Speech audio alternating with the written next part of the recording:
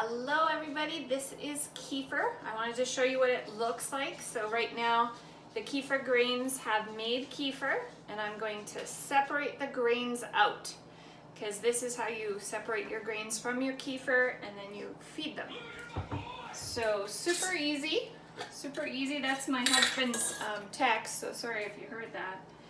So it is normal for it to kind of separate and be a little watery. I leave my kefir on the ground, on the counter for a good 2 to 3 days. I like it very strong and very thick. Kefir has so many awesome probiotics that it is super healthy for you. And I use a plastic or an actually silicone colander. For kefir, it's better if it's all glass and no metal should touch it and no hot water or anything like that. The thing that mainly kills kefir is actually heat. So you want to keep it on the counter. In the summer when you have kefir on the counter, it's totally fine. You'll just actually make kefir faster. So it might only take a day and a half to make. So I just kind of pound it out of here. I have a lot of grains in here. That's why I'm sharing them with you, because they do grow. And that is it. So what I will do from here is once I've drained this, I put my kefir grains in a different glass jar.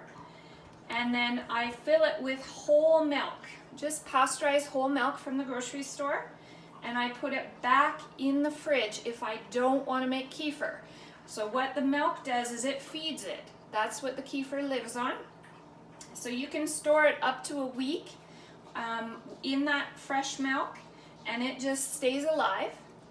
And when you want to make kefir, you take it out, you drain the milk off because they've eaten that. There's no more nutrition for them in that milk.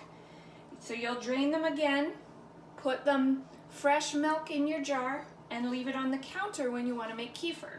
So if you don't want to make kefir, you leave it in your fridge with fresh milk for up to a week. If you do want to make kefir, you drain out the old milk, put fresh milk in and leave it on your counter. That's it.